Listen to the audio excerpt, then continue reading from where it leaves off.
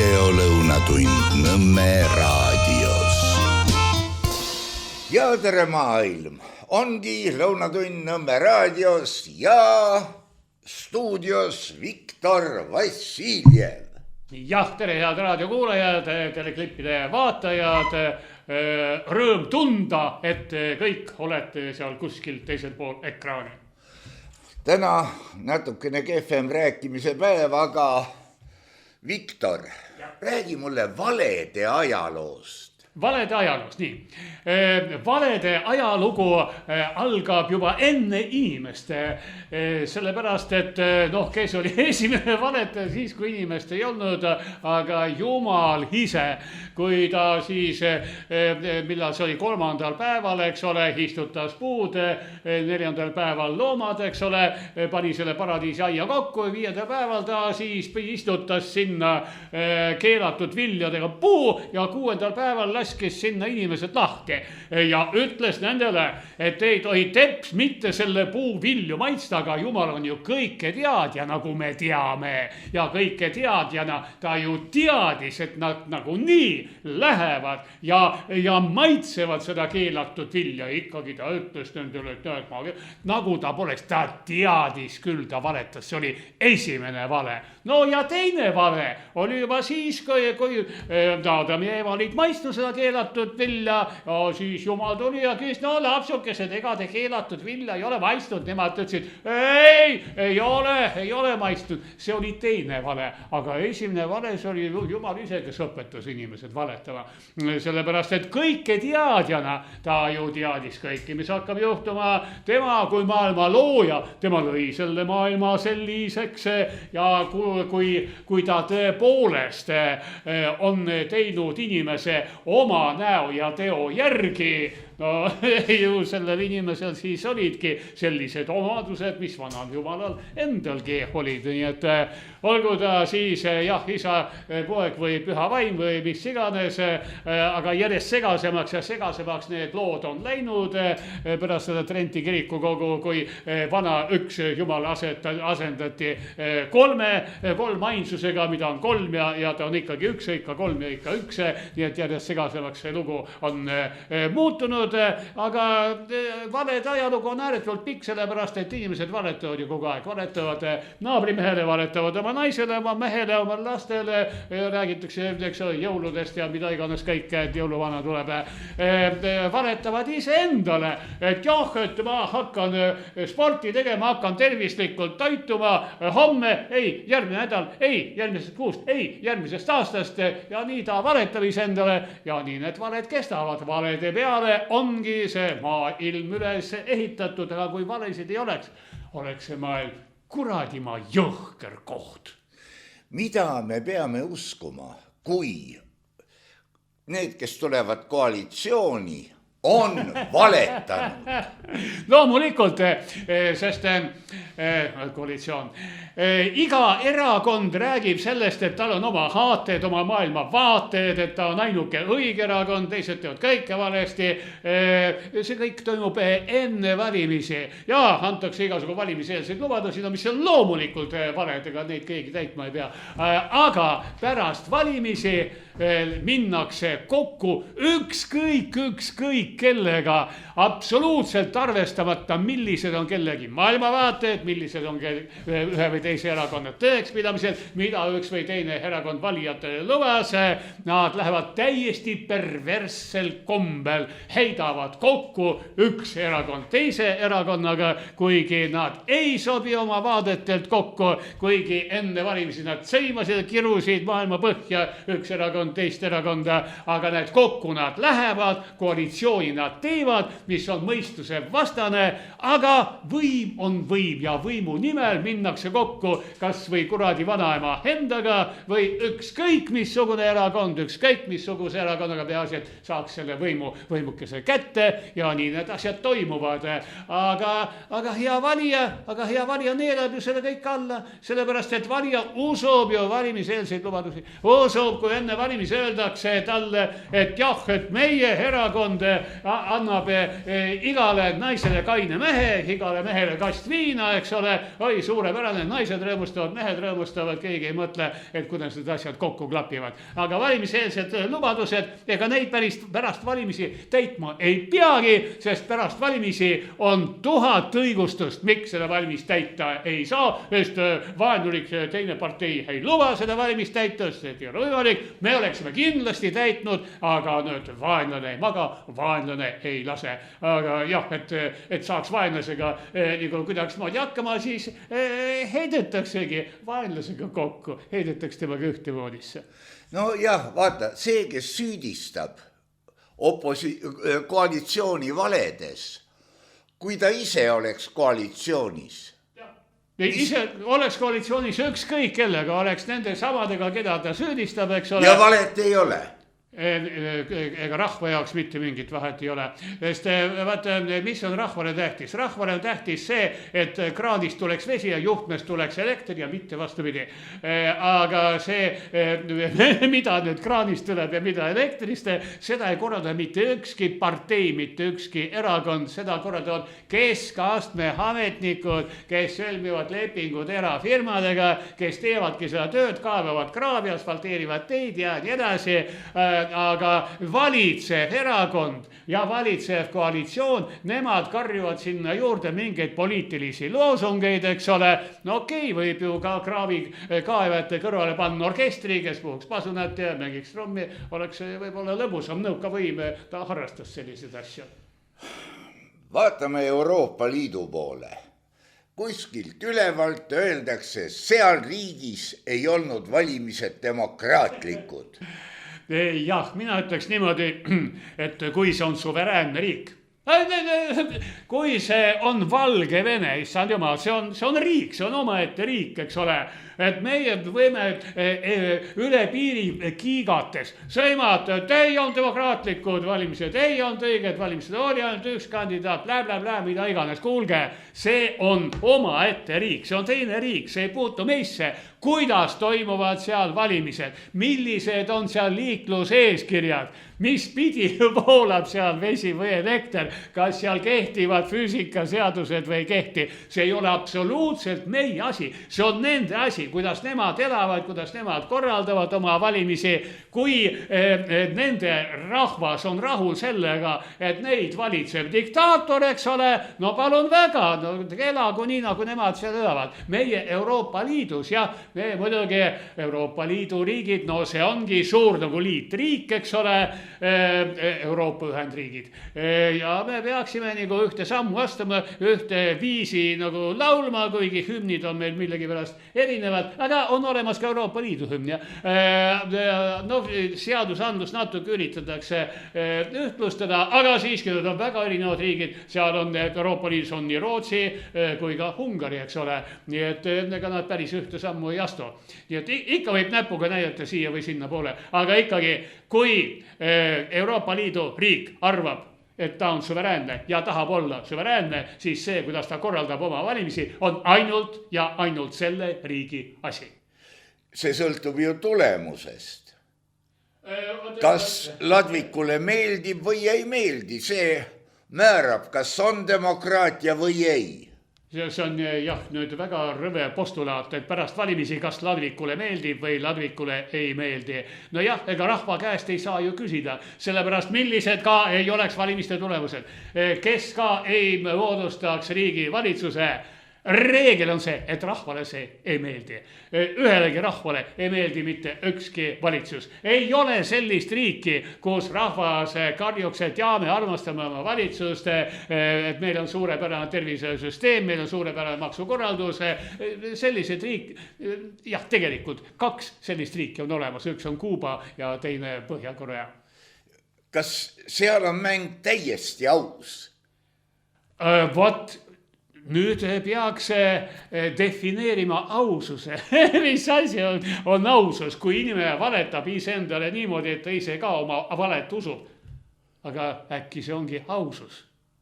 No kui rahvas on käinud hääletamas ja hääletanud võimule selle, see Vaata, ma ei tea, mitu miljonit inimest elab Põhja-Koreas, eks ole, häbi küll, peaks internetist vaatama, aga neid inimesi on kindlasti rohkem kui mingisugune üks Kim Chen või mis ta oli. Nii et kui rahvas väga tahaks, eks ole, no võtaks kõblad, kirkad, viglad või mida nad seal kasutavad, eks ole, ja lööks korra majja, aga nemad elavad nii nagu kästakse. Ju siis neid see asi rahuldab, kuigi väikest viisi, no kindlasti nad porisevad siis, kui keegi ei kuule ja üritavad siis kuidagi üle piiri hiilida, jalga lasta, eks ole, vaadata kuskil nagu paremat elu. Tantsida teab, no aga näiteks lehmakari, ega lehmakari, üksikult veetud lehm, ta ka ei ole rahul selle lehmakarjusega, eks ole, elektritaraga, mis on ümber karjama koeraga, kes haugub ja nõnda edasi. Kumb siis rohkem valetab? Kas võim või rahvas iseendale? Kuule, vaata, võim valetab, rahvas valetab, aga kõik koos. Nad moodustavad, ma võrdleks seda teatrilavaga, et mängitakse ooperit, eks ole, et keegi tiiva laulab aariat, eks ole, taga on koor, kes toetab. Kõik nad mängivad ühte spektaaklit, olgu koor või olgu tenor või sopran. Ooper on ikka üks, ooper on üks. Ja nüüd, kui tullakse vabastama solistist. See tähendab, et nüüd keset ooperit riigipööre tormavad tuletõrjujad lavale, eks ole, löövad lava tühjaks, ütlevad, et see ooper meile ei sobi, et homsest hakkavad mängima teist ooperit. Selleks ei ole revolutsiooni vaja, sellepärast, et vaata, teatris on koor, on solistid, aga on ka vaatajad. Kusjuures vaatajad, nemad mängivad ju ka kokku näitlejatega, sellepärast, et tegelikult, kui vaatajad tulevad Otellot, eks ole, kuulama, nad teavad väga hästi, mis asi see on ja nad teavad, et lõppvaatuses must mees kägistab valge naisterahva ära, eks ole, nad teavad, aga nad ikkagi tulevad vaatama, võib-olla kuulama, võib-olla isegi mitu korda, nii et see kõik on kokkumäng, see kõik on kokkumängimine. Ja selleks, et rahval mitte igav ei hakkaks, siis vahetatakse näitekava, et täna on meil Otello, homme on Romeo ja Julia, ülehomme veel midagi, mängime 7 venda näiteks. Nii et rahval mitte igav ei hakkaks, no siis korraldataksegi iga 4 aasta tagant valimised, eks ole. Ja siis tulevad uued näitlejad Riigikogusse,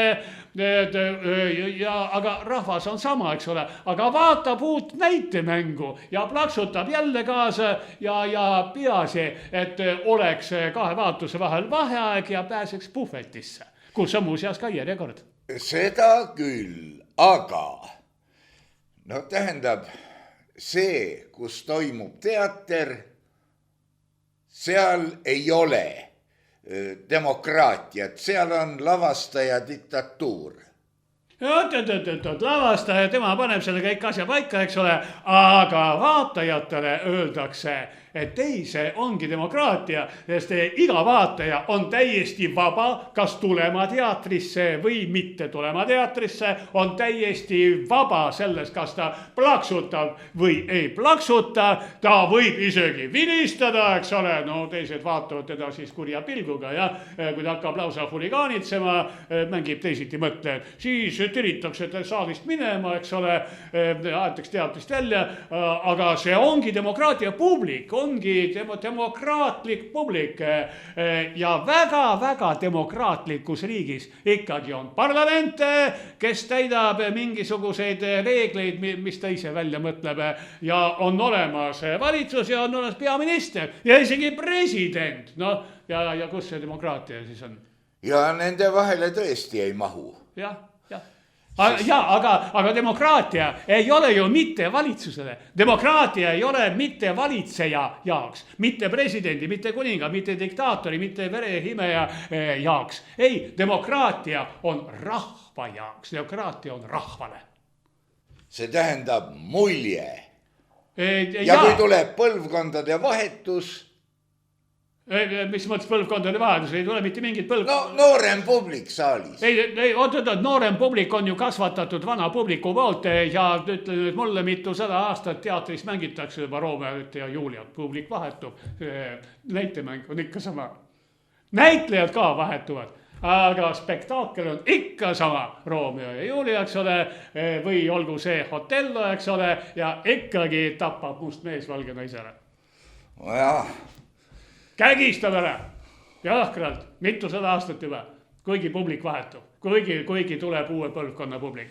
No nii ta on, aga uue põlvkonna publik selle see on üles kasvatanud ikkagi eelmise põlvkonna publik, kes on kodus rääkinud, et jaa, lapseks nüüd läheme teatrisse, on väga vahva tükk, eks ole, et kus toimub midagi väga hääd ja väga huvitavat ja igaks juhuks need lapsukestele ei räägi, et lõpeb kõik sellega, et must mees valge naise jõhkralt ära kägistab. Aga kas kuidagi üldse kuskil kunagi on võimalik aus mäng?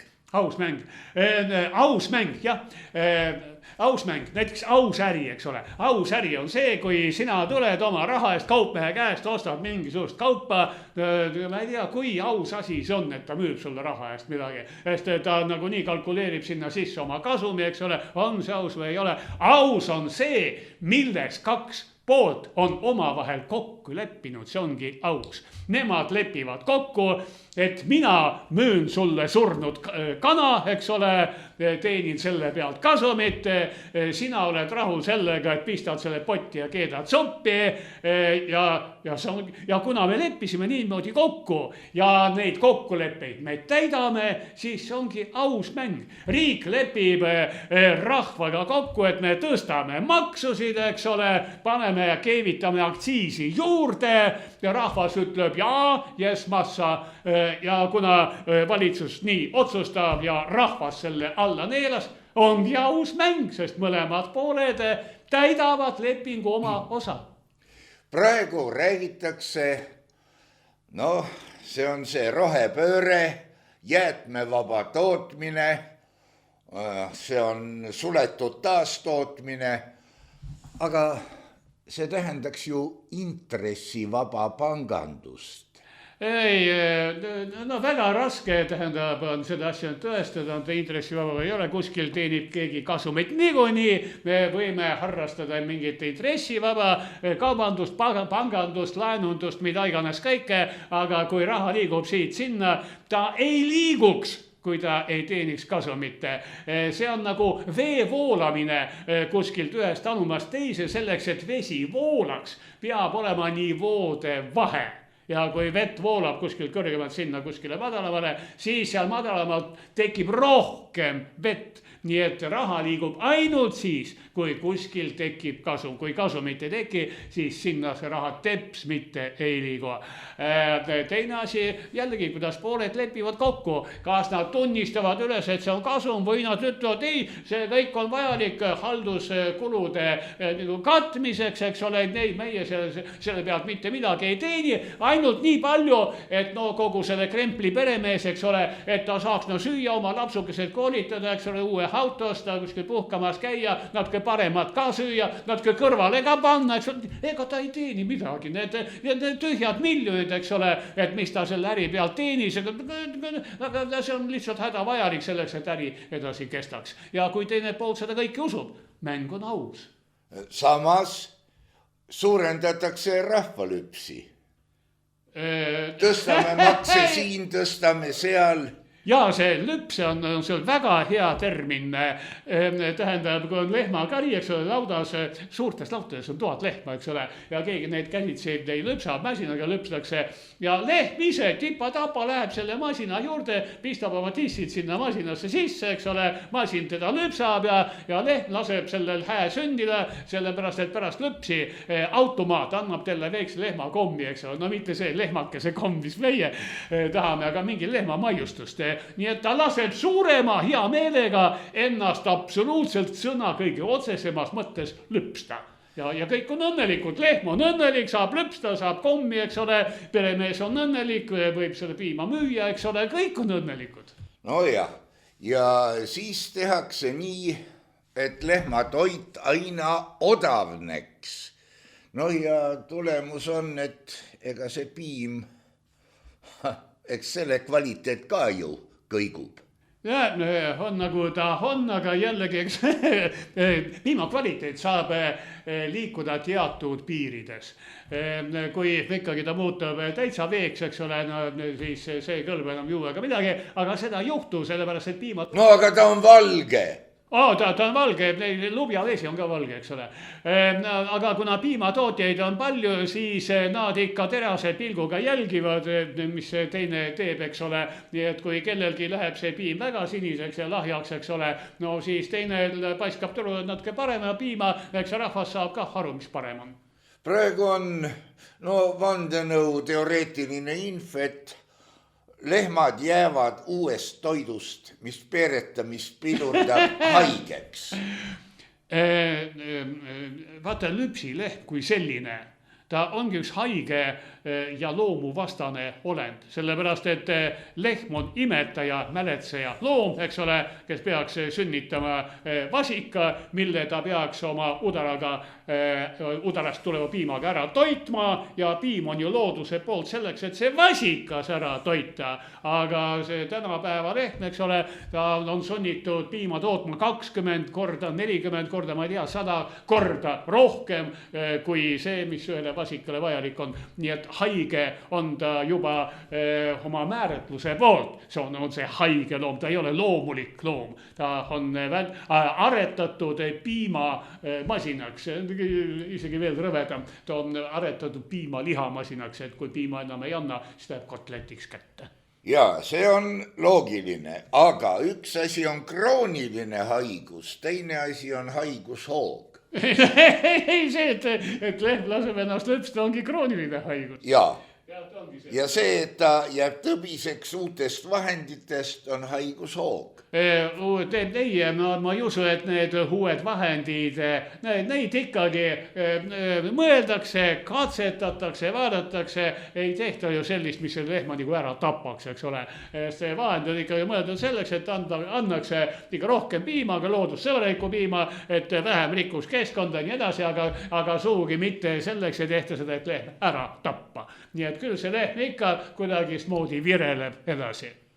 No meil näidatakse praegu andmeid, et on riike, kus rahvaarv suureneb ja imikuid on palju, aga need on teisest rahvusest. Ei, ma ütleks, et see on küll keelatud sõna vist, aga nad on teisest rassist.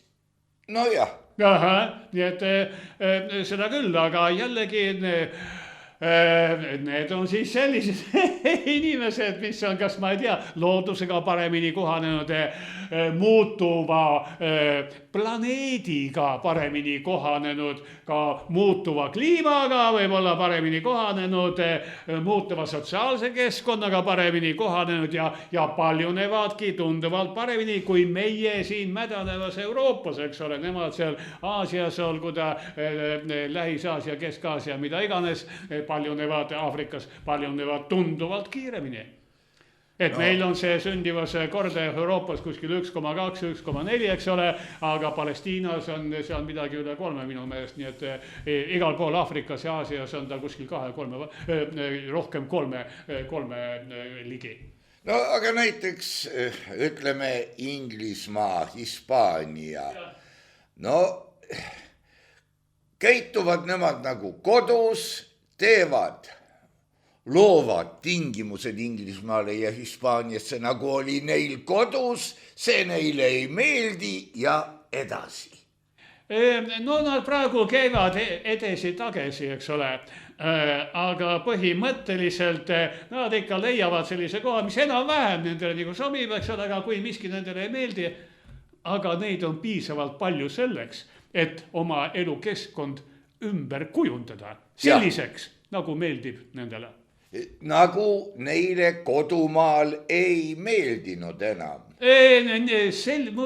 Muudavad selliseks, nagu nendel tõhusamaks paljunemiseks ja maade vallutamiseks vajalik on. No jah, likvideerivad selle, mille pärast nad näiteks Inglismaale tulid. nojah, aga miks on kaelkirjakul nii pikk kael, eks ole, pea kõrgel üleval? No ikka selleks, et ellu jääda seal, kus teised nosivad mingit rohtu, eks ole, aga kaelkirjak, kes oli kunagi vanasti midagi hobuse sarnast, eks ole, ei, tegelikult ta on sõraline, mitte kabjaline. Tema siis aretas endal pika kaela, eks ole, ja tema sööb siis puulatvadest sealt, kus keegi kätte ei saa. Nii et iga loom ta aretab enda selliseks, et paremini kohaneda, aga kui see on juba homo sapiens, kes on võimeline ka keskkonda muutma, siis ta muudab ka keskkonna selliseks, mis talle endale paremini sobib. Nojah, vähemalt meil on niimoodi õpikutes kirjutatud. Ei no seda küll, aga no esimene asi, mis ta teeb, ta ehitab endale mošee. No, ja edasi? No aga edasi kõik muud asjad. Aga tasapisi, eks ole, hakkab šariaadi järgi elama ja... Kas mošee ehitavad tema rassi esindajad või teised? Ei, tähtis pole, kes ehitab. Kui nad on piisavalt targad, eks ole, no siis nad panevadki põlisrahva, no, mingid anglosaksid ütleme, panevadki põlisrahva nende jaoks mošeesid ehitama. Seda on ajaloos küll ja küll juhtunud. 1000 aastaid tagasi ikkagi tulid mingi vallutajad, eks ole, võtsid Rooma impeeriumi üle, eks ole, orjastasid rahva ja panid selle tegema seda, mis uutele vajalik oli. Seega siis on põlisrahva hulgas piisavalt nii-öelda reetoreid. Põlisrahva hulgas, no jällegi, kas me nimetame teda nüüd reeturiks, sest ta näeb, et teised löödi maha, eks ole, kolmandad surid nälga, eks ole, ja tema tahab ellu jääda, no siis ta hakkabki teenima uut pererahvast. Kas ta hakkab teenima oma riiki ja oma rahvast või raha? Ei, tema tahab kõigepealt, ta tahab süüa ja ellu jääda. Hirmsugu tunge ja... Seega riik, valitsus, kõik, kus kurat, andke mulle raha. Süüa, andke mulle süüa. Mitte raha, ta ei taha, ta tahab süüa, eks ole. No aga selleks, et ta saaks osta süüa, on tal vaja raha. Raha, see on see on kõigest vaheetapp või tööriist või mida iganes. Ta tahab saada süüa, ta tahab jääda ellu, tahab teha sugu, tahab, et ta lapsed sünniksid, neid üles kasvatada, nii et hädapärast kuidagist moodi hakkama saada oma elukesega. Ja selleks ta peab elama sellistes tingimustes, mis on, kui tulid uued, tegid uue riigi, no aga siis õnnetu põlisrahva välja surev elanik, ta saab aru, et see ongi uus keskkond, see on uus sotsiaalne keskkond, see on uus võim, see on uus riik, kui ta tahab selles elada, ta peab olema lojaalne sellele samale riigile, see ongi tema riik. Nagu põlisameeriklased, ma ei tea, kas neid tohib indiaanlasteks nimetada, aga nii palju, kui neid praegu Ameerika Ühendriikides elab, nad on Ameerika Ühendriikide kodanikud, laulavad Ameerika hümni ja panevad käe südamele, kui nad seda laulavad. Nojah, ja siis on olukord, kus nad teenivad küll raha nii palju, et saab süüa, aga mitte nii palju, et saab jalga lasta. Oota, aga kuhu nad jalga lasevad oma kodumaalt? Ei tea. Sama keelega riiki kuhugi kaugemale. Minu meelest anglosaksid, jah, nad võiksid millestki õppust võtta, jah, sest Ameerikaga juhtus ju see, et inimesed, rahvused, rahvad, kellel polnud mitte vähimatki pistmist Ameerika põliselanikega, tulid oma karavellidega purjetades, eks ole, tõid väidetavalt risti usku, välja viisid kulda, eks ole, mida iganes kõike, ja hävitasidki kohaliku rahva ära, kusjuures üsna kiiresti, mingi paarisaja aastaga. Tõid oma keele, oma kombed ja enam-vähem sama praegu, sama toimub meil ka tulevad, eks ole, Afrikast, Aasiast, tulevad ka sisserändajad Euroopasse, toovad oma kombed, oma usu, et tuleb nad... Ja mingil põhjusel on nad oma riigi hierarhiast lahkuma sunnitud.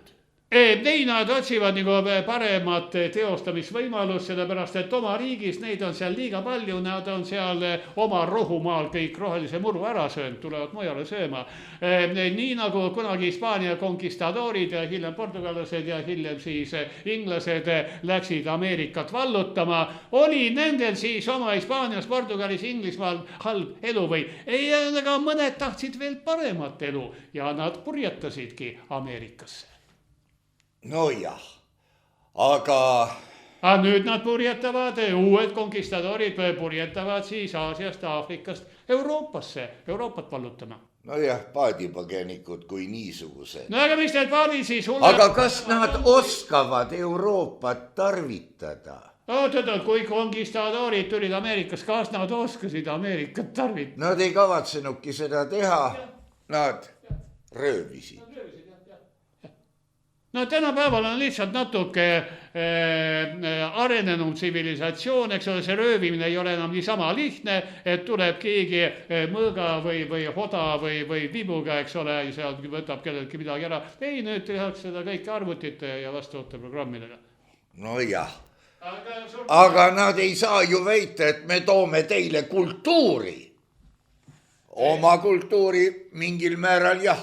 Saavad küll, sellepärast, et meie nüüd juba karjume, et jah, et kõik on võrdselt, kõik kultuurid on hääd, et erinevus rikastab. Tooge, nagu Angela Merkel, tema tegi ju Saksamaa uksed lahti. Tooge, muidugi, ja meile väga meeldivad teie kombed ja teie usk, eks ole, ehitame teile pühakojad, anname teile süüa. Tulge, sest meie õnnetukesed ei oska paljuneda, te näitate meile, kuidas seda tehakse. Ja kellele nüüd kõige rohkem valetati, kui riik võttis nad oma ülalpidamisele?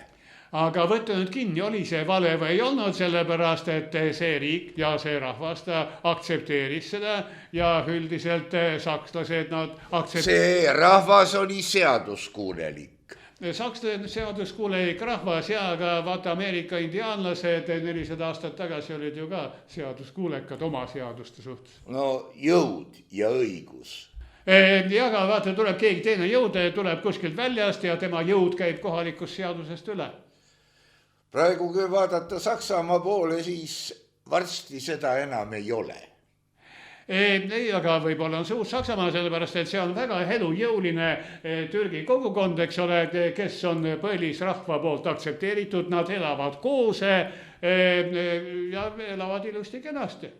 Ja Euroopa Liidu juhtkond ainult ootab millal nemad välja süüakse. Ma ei tea, mida ootab Euroopa Liidu juhtkond, ma arvan, et Euroopa Liidu juhtkond ei oota mitte midagi, tema ootab järgmisi Europarlamendi valimisi.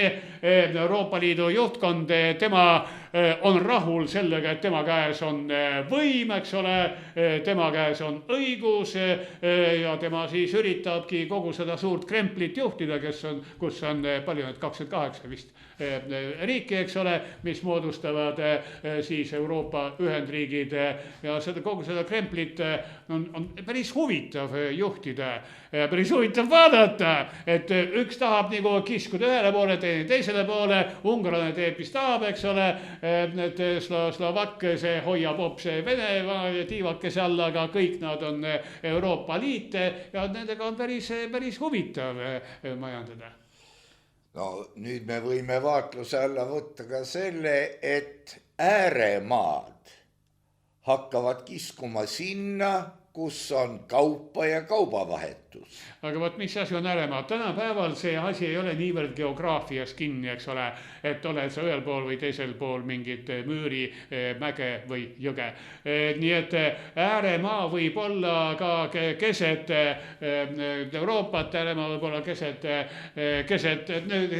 väga hästi arenenud riikide vahel, võib olla mingisugune, mis ei saa mitte nii hästi hakkama, ongi ääremaa. Kuulge, aga kõik need Horvaatiad ja Albaaniad ja nii edasi, ümberringi on ju hästi arenenud riigid, seal samas kõrval on Austria, samas kõrval on Austria ja Slovakkia ja Sloveenia, kõik praktiliselt ja vana suure Austria-Ungari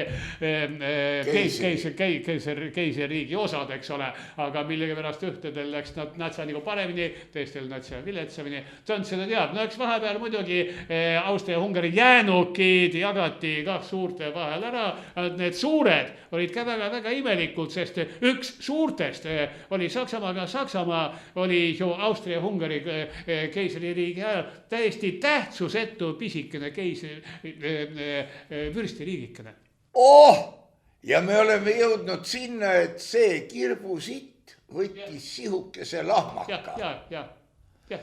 No seda küll, aga jällegi ütleme see Vene impeerium, eks ole, Moskoovia oli pisikene, Moskoovia oli niivõrd pisikene ja väikene, eks ole, see tohutu Uurali tagune ala, eks ole, Siberi ja nii edasi, nad vallutasid tohutud maa-alad.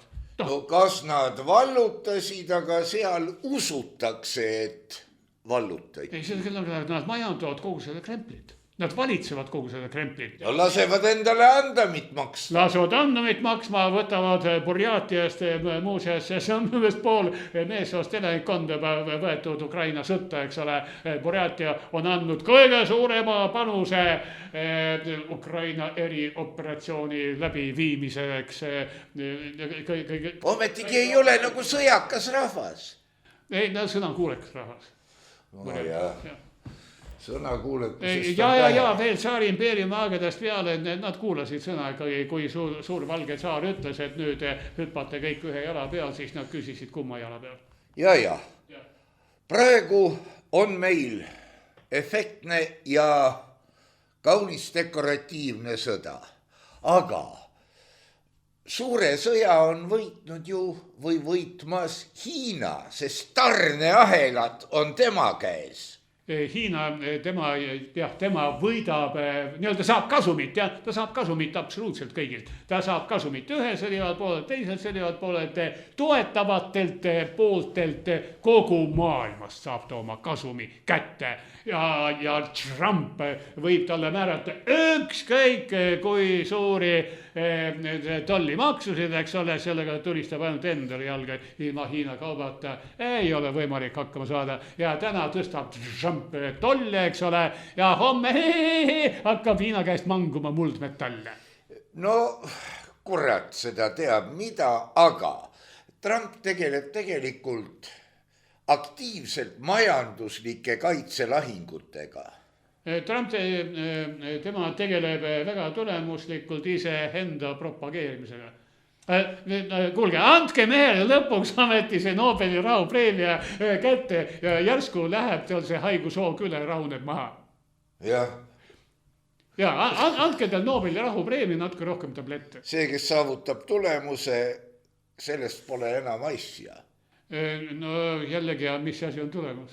No antud juhul rahupreemia. Võib-olla see ongi kõige tähtsam, jah.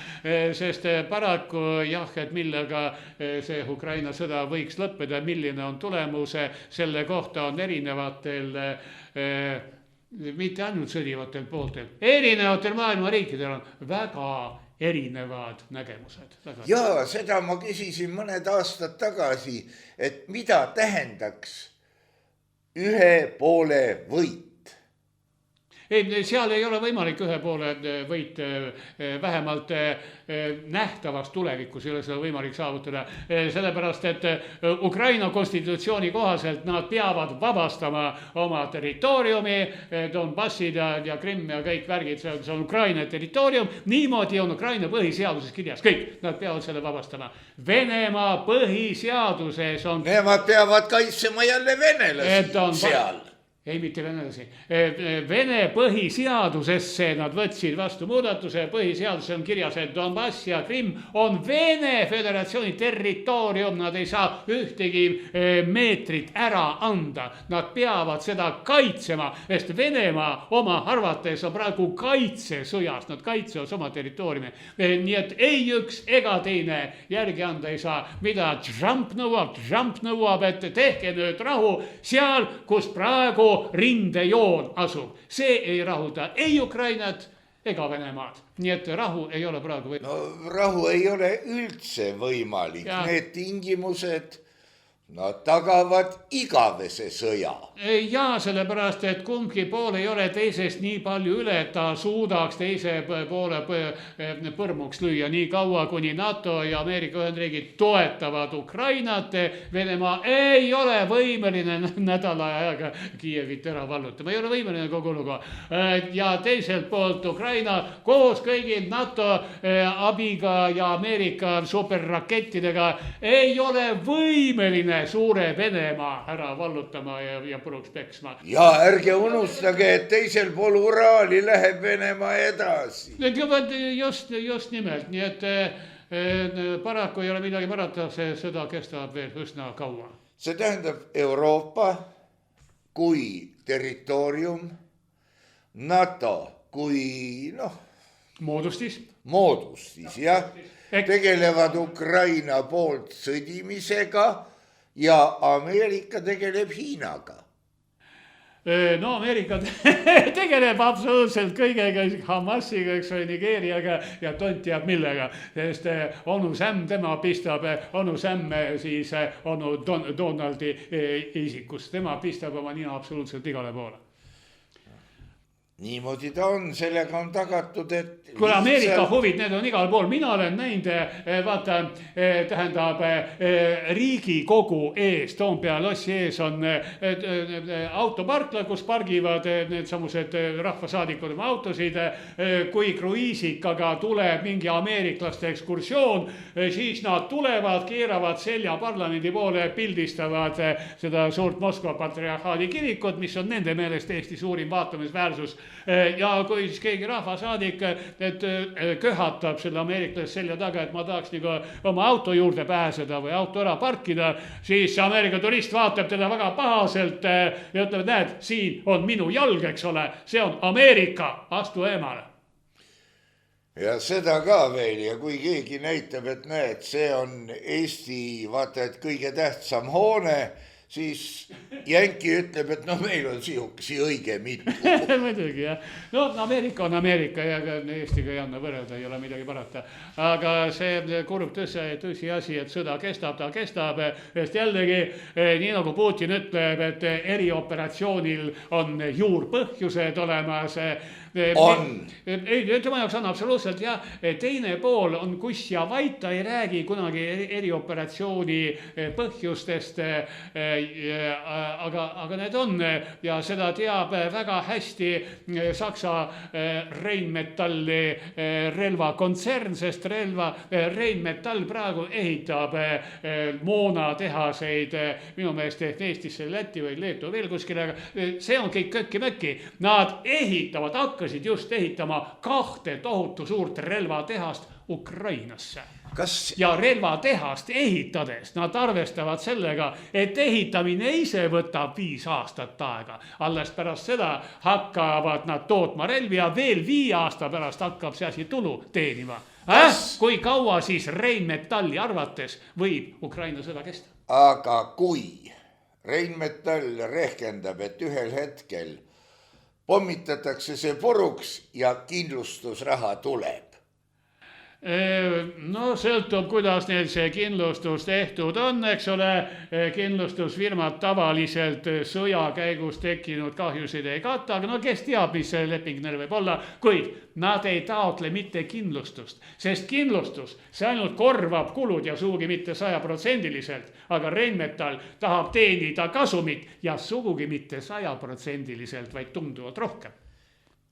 Selles võib sul olla õigus, aga me ei tea Rheinmetalli ja kindlustuse kokkuleppeid. Ja, aga Rheinmetall teab kindlasti tunduvalt rohkem sõjast kui meie sinuga.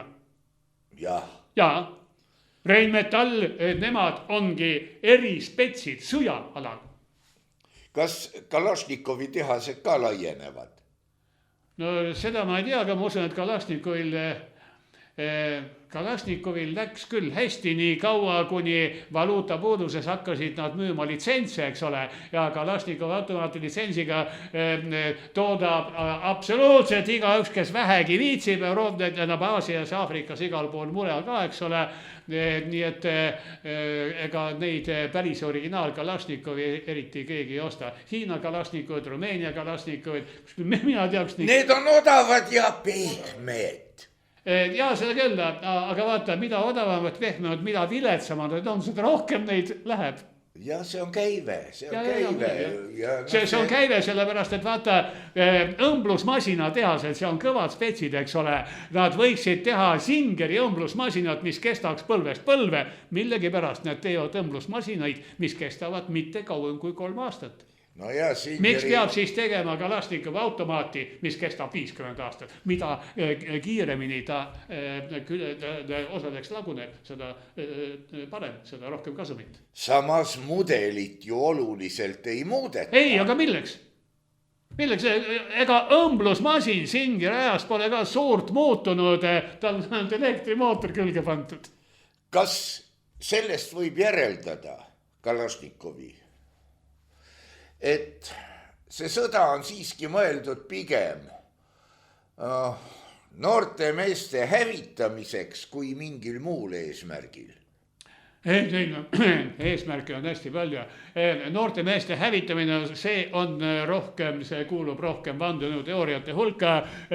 Siis tuleb juba arvestada sellega, et selle maailma valitsevad reptiilid, eks ole, kes tahavad imetajatest lollakaid homo sapiens ju hävitada maamuna pealt ja nii edasi. Ei, suugi mitte inimkonna hävitamine ei ole põhjus, vaid põhjus on ikkagi puhtalt materiaalne ja majanduslik, sellepärast ei ole kasumlikumat äri kui relvaäri, aga selleks, et relvaäri läheks, on vaja mida? On vaja sõda. No jah, permanentne rahvusvaheline militaarmess. No ja, ei ole võimalik piima müüa, kui mitte keegi piima ei joo, eks ole. Ei ole võimalik relvi müüa, kui mitte keegi pauku ei tee. On ju? Seda küll. Peale selle muidugi matusetööstuse börsile. Ja. No miks mitte? Perspektiiv on selline, et nagu ma mõistan, miks inimesed ei taha valimistel osaleda. Ilma asjata. Kuule, see, et Otello siis kägistab Desdemona ära, teavad ju kõik. Absoluutselt kõik, see ei nõua, ma ei tea, mis kõrget haridustaset. Kõik teavad, et lõpuks ta kägistab Desdemona ära ja ikkagi aastasadu juba inimest ikka lähevad teatrisse. Nahaalne küsimus. Kas meie riigi kodanikud on truud oma riigile või Ukrainale? Neid on kindlasti truud oma riigile, aga riik pasundab igast torust, eks ole, et Ukraina. Riik vahendab nende maksud Ukrainale. Ja kuna riik riputab oma riiklikele hoonetele Eesti lipu kõrvale Ukraina lipu, alles pärast seda Euroopa Liidu lipu, nii et aga ma ei tea, aga miks Ameerika lippu välja ei riputata? Väga huvitav, et see on küsimus laiale ringile. Ja nii et riigi truu kodanik, eks ole, otse loomulikult ta ju näeb Eesti lipu, Ukraina lipu, Euroopa Liidu lipu just täpselt sellises järjestuses ja Ukraina lippe nüüd nooremale põlvkonnale, kes on juba suure osa oma elust elanud Ukraina sõja ajal. Noorematele see kollane sinine lipp, eks ole, ta ongi üks Eesti sümbolitest. No eks siis vikerkaare lipp ka, sest noored mehed kaevikutes, naisi pole. Ja. See kõik on esimese maailmasõja tuletis. Minu jutt. ei, see on esimese Puunia sõjad tuletis. Sõjad on sõjad, need on alati olnud. Mina ei oska nimetada kogu maailma ajaloos mingit ajajärku, kus ma ei tea, 10 aasta jooksul näiteks mitte kuskil maailmas mingit sõda ei oleks. Ja kui keegi ka leiab sellise aja, kus sõda ei ole, siis ta valetab, sest kuskil mingist nurgatagusest metsahõimus ikka üks mingi hõimkond lõi teise hõimkonna maha ja mätta. No see lipu küsimus. Eesti on väike, aga vägev. Ta on Ameerika partner ja Ameerika lipp on eraldi. Ei, Eesti on väike ja vägev. Aitab Ukrainat. Paneme Ukraina lipu ka. Jah, no siin tuleb muidugi arvestada seda, et see on puhtalt meie ohutuse küsimus, sest nii kaua, kuni Putin on põlvist saadik Ukraina sohu kinni jäänud, ei tule ta Eestile kallale. Nii et ei ole midagi parata, see on meie huvides kestku see Ukraina sõda seal ükskõik kui kaua. Seda küll. No siin on fantaseeritud Putini surma teemal. Oi, kuule, aga äkki on ta juba ammus olnud ja praegu juba valitseb Putin number 2 või Putin number 3. Nii et sureb Putin... Seega siis riigipoliitika on jääb. Ma arvan küll, jah. Oot, Vene impeeriumi vallutuspoliitika, impeerialik poliitika, ta on olnud aastasadu ikkagi üks ja sama. Ükskõik, kes ka poleks valitsenud seda riiki, Aleksander I, Aleksander II, Nikolai I, Nikolai II, Kerenski, Lenin, Stalin, Malenkov, Hruštšov, Brežnev ja kõik teised, eks ole, kuni Putini välja. Poliitika on olnud ju täpselt sama, mitte midagi pole muutunud. Pole parata, jah. Eile rääkisin siin Aleksandri sambast. Pullapäel on ju ka. Ja. Nii et ei ole häda midagi. Kui see nüüd ei põhjusta eriti patriootiliste kodanike rünnet pullapäele. Mina ei tea. Mina ütleks niimoodi, et sambad Eestis on millegipärast sambad üle tähtsustatud. Vaata ükskõik missugust Euroopa pealinna, see on täis ausambaid, mis on püstitatud võimu anastajatele, välistele diktaatoritele, oma rahva mõrtsukatele ja kõik need sambad seisavad. Ja nad ei häbene neid. Nad ei häbene, jah.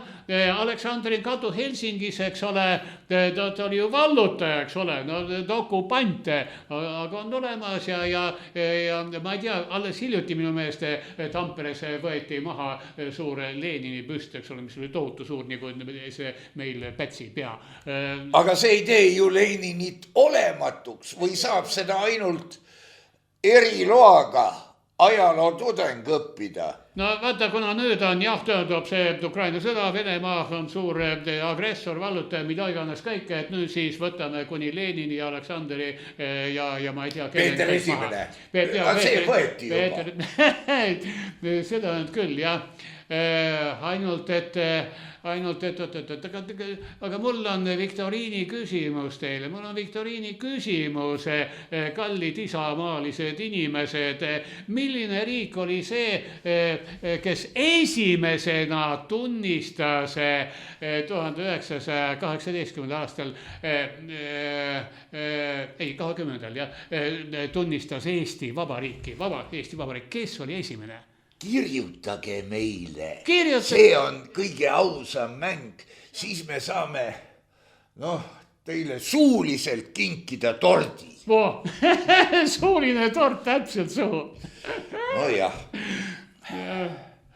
Aga Peeter Esimene aken Euroopasse. No väidetavalt ja tegelikult neid aknaid oli enne seda juba mitu, sellepärast et Laadoga ja Valge mere kaudu töötas ikkagi kaubatee lausa Skandinaaviast ja siis lausa Inglismaalt läbi Venemaad, siis Volga, Kama, Tohkan jõed, eks ole, ja sealt edasi läbi India kuni Hiinasse välja.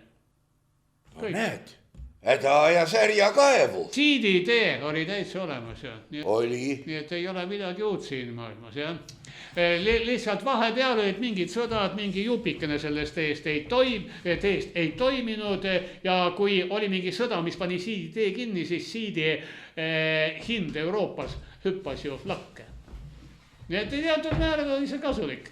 No kõik taandub majanduse ja praegu Rail Baltica, eks ole, ka see on osakene siiditeest, eks ole, ainult et praegu on poliitiline olukord muutnud selle täiesti mõttetuks jupiks, mis läheb mitte kuskilt mitte kuhugi, aga läheb võib-olla 10 aastat, eks ole, ja siis tuleb välja, et see on kõige sirgem ja kõige parem tee üle Venemaa.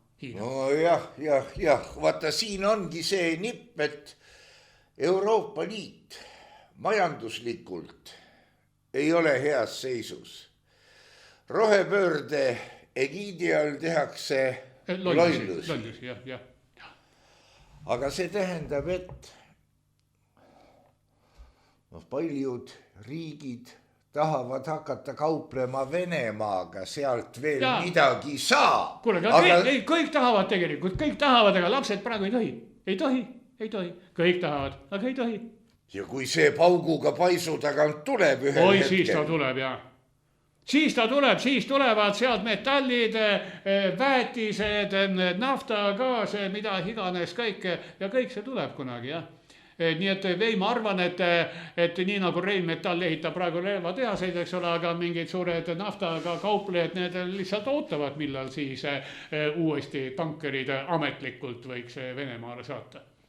Praegu see olukord on nii kuradi segane, et nädala pärast tuleb herr Gräzin, võib-olla tema suudab seletada. Vaata, sellega on niimoodi nagu lasteaias, eks ole, et kõik need 24 lapsukest, kes käivad lasteaiarühmas, eks ole, nad on väga erinevad, kes on nagu pirtsakas, kes teistega kakleb, kes teistele sülitab taldrikusse, kes näpistab, eks ole, ja nii kui keegi lapsukene teeb nagu suuremat pahandust, eks ole, ma ei tea, vanasti pandi nurka, ma ei tea, kuidas praegu, milliste meetmetega teda siis kasvatatakse, aga eks ikka üritatakse midagi seletada, et näed, öeldakse teistele, et see on paha poiss, eks ole, see on paha poiss, selle poisiga me täna ei mängi, see on paha poiss, kõik las läheb nurka, las istub eraldi, midagi, kas ikka, ta on paha poiss, aga homme ta on uus päev, tuleb välja, et homme on ta hea poiss ja siis võib temaga uuesti mängida. No samas jah, kui vaadata täiskasvanutega käitumist, sinu toimikusse sattunud karistus saadab sind surmani. Nojah, ei ole midagi parata. Vaata, karistustoimikus, jah, võib-olla sa isegi ei pea ennast süüdi, sest see oli seotud sinu poliitiliste vaadetega, sinu tõekspidamistega, aga jällegi see ei klappinud hetkel kehtiva poliitilise võimu poliitiliste reeglitega. Ise sa olid ettevaatamata, poleks pidanud tänavanurgal nii kõvasti karjuma oma tõde, mis ei vastanud võimude tõele, võib-olla. Nii et mingil määral ikka sinu süüd selles, aga jällegi isegi kui sa absoluutselt süüdi ei ole, tuli mingi loll seadus, eks ole, mis kukkus sulle raskelt pähe, jäid talle alla, said mingit süüteo kirja, eks ole, siis on see õnnetus. Õnnetusi juhtub ikka ja nagu mina vahetevahel ütlen, ilma kellelegi halba soovimata, aga kahjuks iga ühe jaoks on kuskil telliskivi katusel.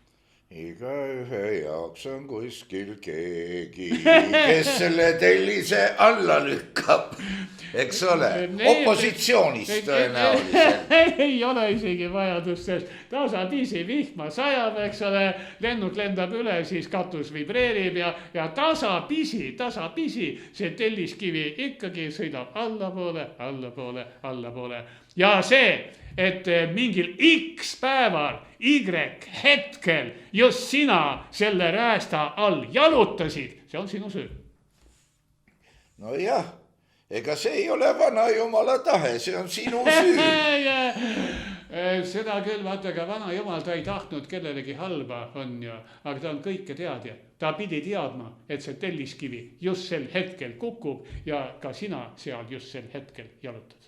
Kas siis ei võiks süüdistuse hoopis talle esitada? Vaat, tulles tagasi juurde valede ajaloo juurde. Jah. Sinna me jõuame.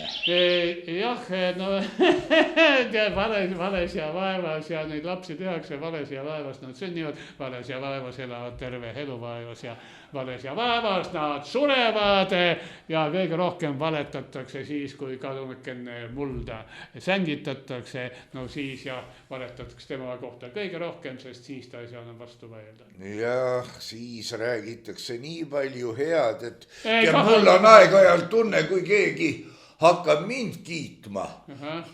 Ja tuleks pulssi katsuda. Aga muidugi on juhtum Iraanist. Keegi riigiametnik jäi millegagi vahele.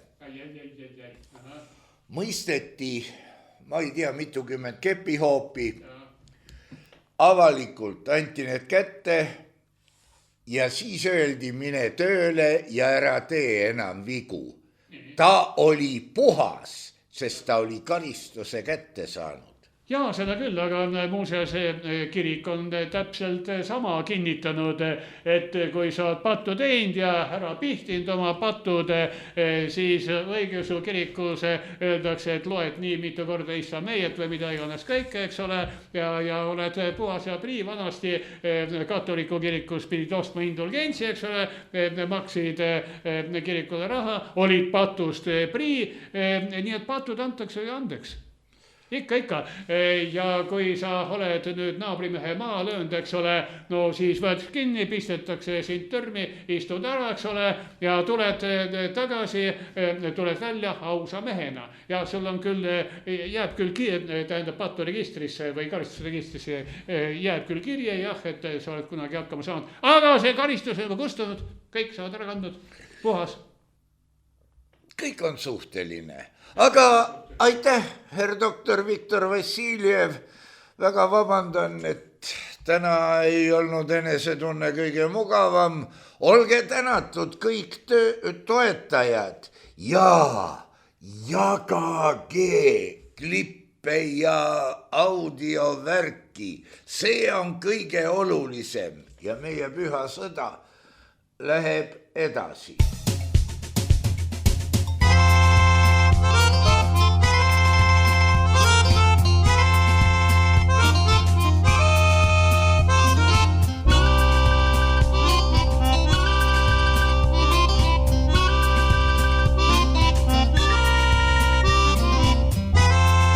Saade on salvestatud 2025. aastal.